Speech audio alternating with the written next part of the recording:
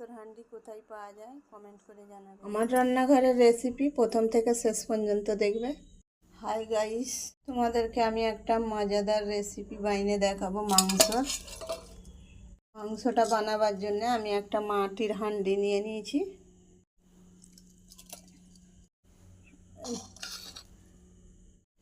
আদা রসুনের পেস্ট দেবো, কাঠদানা, লং, এলাচি, লবণ দেবো, লঙ্কার গুঁড়ো দেবো, জিরের গুঁড়ো দেবো, ধনে পাতাগুলো দেবো। এর মধ্যে ধনে পাতাগুলো দিয়ে দেবো। এটা আমি হাতের সাহায্যে একটু মাখিয়ে নেব।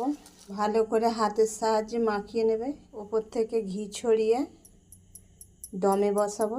এই ঢাকনাটা দিয়ে দেবো এর মধ্যে। এটা মন দিয়ে দেখবে, তোমরাও বাড়িতে বানাতে পারবে। দেখ কিরম হলো। মাংসের হাঁড়ি রেডি হয়ে গেল মাংস রান্না। এই দেখো, আশা করছি এই রেসিপিটা তোমাদের ভালো লাগবে।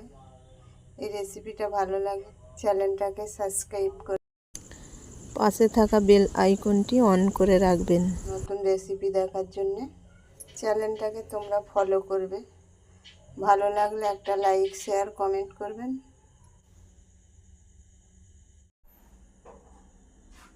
মাংসের হাঁড়ি রেডি হয়ে গেল।